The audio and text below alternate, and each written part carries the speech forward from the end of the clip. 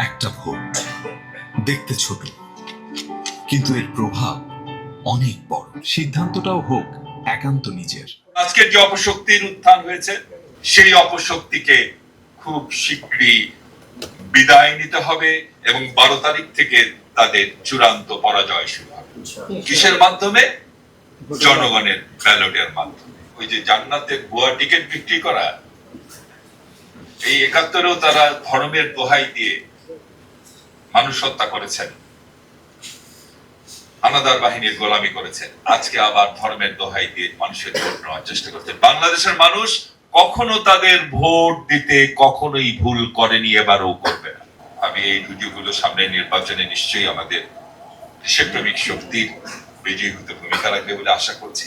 The forum of young professionals, এই mobile যেটা বাংলাদেশের সবচেয়ে গুরুত্বপূর্ণ বিষয় হয়ে গেছে আজকে, এর মাধ্যমে আমরা আমাদের যুব সমাজকে এবং আগামীর ভবিষ্যৎকে আকৃষ্ট করতে পারি। সামনে যে নির্বাচন আছে, সেই নির্বাচনে সবচেয়ে বড় ভূমিকা রাখতে পারে এই মোবাইল, এই সোশ্যাল মিডিয়াকে যেভাবে বট বাহিনী দখল করেছে, সে থেকে উদ্ধার করার জন্য আমরা গুটি কয়েক মানুষ আমাদের এই প্রচেষ্টার উদ্যোগ হিসাব গ্রহণ করছি।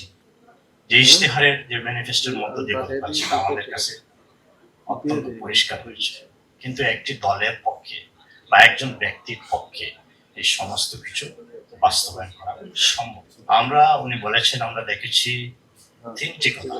একটি দুর্নীতিমুক্ত বাংলাদেশ আমরা দেখতে চাই, সুশাসনের বাংলাদেশ আমরা দেখতে চাই, জবাবদিহিতামূলক বাংলাদেশ আমরা দেখতে চাই।